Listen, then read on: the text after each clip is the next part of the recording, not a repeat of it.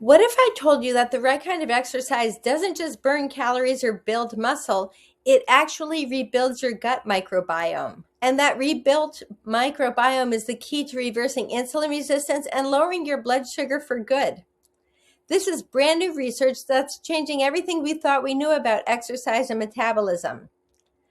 I'm Debbie Marini, former endocrinology nurse practitioner, and today I'm sharing the science and how movement heals your gut and why this matters more than the calories that you're burning. Here's what researchers are discovering.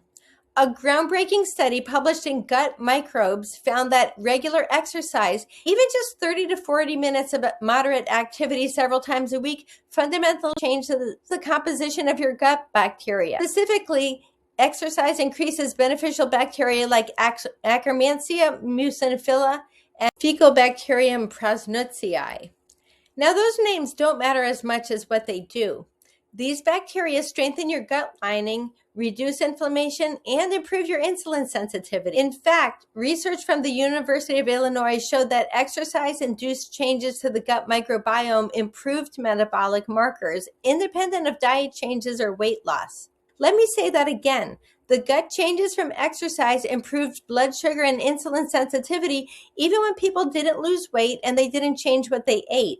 Because it's not just about calories in, calories out. It's about creating an internal environment where your metabolism can function properly. So what's actually happening when you exercise?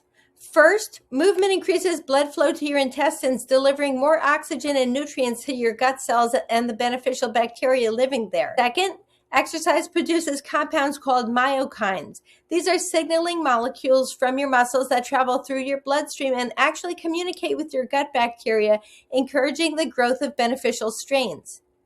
Third, exercise reduces systemic inflammation. And remember from our last video, inflammation is what damages the gut lining and creates that leaky gut situation that drives insulin resistance. And fourth, this one's fascinating. Exercise increases the production of short-chain fatty acids in your gut. These are compounds that your beneficial bacteria produce, and they directly improve insulin sensitivity and reduce blood sugar. It's like exercise is having a conversation with your gut bacteria saying, hey, we're moving, we're thriving, let's create metabolic health. Now, here's something important. Not all exercise affects your gut in the same way. The research shows that consistent moderate exercise has the most beneficial effects on gut bacteria. We're talking about brisk walking, cycling, swimming, resistance training, yoga with movement. What doesn't seem to help as much? Extreme exercise, hours of cardio, overtraining. Exercise that puts your body under so much stress it actually increases inflammation. Remember, we talked about stress hormones in the last video. Well, exercise that's excessive produces the same neurocorticoids that damage the gut. This is why so many of my clients come to me saying, I'm exercising an hour a day and my blood sugar won't budge, because they're exercising in a way that's creating more stress, not less. The goal isn't to punish your body into submission. It's to move in ways that signal safety, health, and vitality to your metabolism. You know what no one tells you when they say just exercise more to lower blood sugar? They don't tell you that if your gut is inflamed and your microbiome is disrupted, exercise alone won't fix it. They don't tell you that if you're not eating enough whole food carbohydrates to feed those beneficial bacteria, the exercise-induced changes won't stick. And they definitely don't tell you that if you're chronically stressed and under-recovered, more exercise might actually make things worse.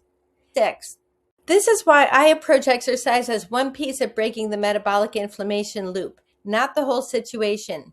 You need the gut healing nutrition, you need the stress management, and you need strategic movement that supports your microbiome instead of depleting it. I had a client, Maria, who was walking 5 miles every single day, eating low carb, and her A1C was stuck at 6.7. She was exhausted, her cortisol was sky high, and she was terrified to take a rest day because she thought her blood sugar would spike.